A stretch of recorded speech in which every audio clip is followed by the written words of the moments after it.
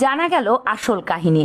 কেন সমালোচনা হচ্ছে জামায়াতে আমির ডক্টর শফিকুর রহমানের। মাইলস্টোন কলেজের বিমান দুর্ঘটনায় হাসপাতালে আহতদের দেখতে গিয়ে ব্যাপক সমালোচনার শিকার হচ্ছেন জামায়াত ইসলামীর আমির ডক্টর শফিকুর রহমান। বিএনপি বিশেষ করে ছাত্র দলের নেতাকর্মীরা তাকে গালিগালাজ করছেন প্রকাশ্যে সোশ্যাল মিডিয়ায়। বিষয়টি নিয়ে নিউজ করেছে বিবিসির মতো মিডিয়া।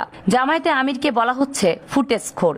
কিন্তু এই সমালোচকরা কি জামায়াতে আমির অতীত জানেন? না জানলে মনে করিয়ে দেই। পঞ্চগড়ে যখন লঞ্চ ডোবে ৮০ জন মানুষের মৃত্যু হলো, ডক্টর শফিকুর রহমান সেখানে ছুটে গেলেন। প্রত্যেক পরিবারকে কোনো ফুটেজ ছাড়াই ২৫ লাখ টাকা সমানভাবে ভাগ করে দিয়ে আসছিলেন। সেখানে একজন এতিম শিশু সারা জীবনের দায়িত্ব নিলেন। চট্টগ্রামের অগ্নিকাণ্ডে নিহতদের সাথে সাথে দেখতে গেলেন। নিহতদের পরিবারে ৫০,০০০ করে কয়েক লক্ষাধিক টাকা দিয়ে আসলেন কোনো মিডিয়া কাভারেজ ছাড়াই। সিলেটের বন্যায় সবার আগে ডক্টর শফিকুর রহমান চলে যান। সিলেটবাসীর ভয়াবহ বন্যায় মানবিক হৃদয় নিয়ে দলীয় ফান্ড থেকে প্রায় ১০ কোটি টাকা ব্যয় করেন তিনি। কোনো মিডিয়াতে আসে নাই এগুলো। জুলাই শহীদদের পরিবারের পাশে ডক্টর শফিকুর রহমান ছুটে গেলেন।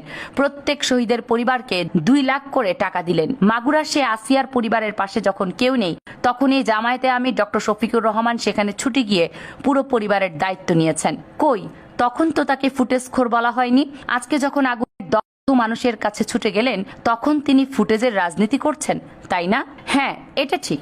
ওখানে ওই সময়ে রাজনৈতিক নেতারা যাওয়াতে কিছুটা সমস্যার সৃষ্টি হয়েছিল, কারণ তাদের কর্মীরাও নেতার সাথে ভিতরে গিয়েছিল। কিন্তু জামায়াতে আমিরের ব্যাপারটি ছিল পুরোপুরি ভিন্ন। প্রথম কথা, তিনি একজন ডক্টর, সাবেক বিসিএস স্বাস্থ্য ক্যাডার।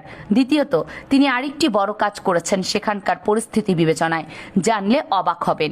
এ ঘটনায় ডক্টর শফিকুর রহমান নগদ ৫০ লাখ টাকা ইবনে সিনা এবং ইসলামী ব্যাংক হাসপাতালের ২২টি শাখায় বিনামূল্যে চিকিৎসার সুযোগ এবং ২০ জন প্লাস্টিক সার্জন নিয়োজিত করেছেন দগ্ধদের সেবায়। তাছাড়া এমন পরিস্থিতিতে হাসপাতাল কর্তৃপক্ষের মনে প্রশ্ন আসতে পারে, হাসপাতাল যদি রোগীদের চিকিৎসা দেয়, ঔষধ দেয়, তবে সেই বিল পরে পরিশোধ কে করবে?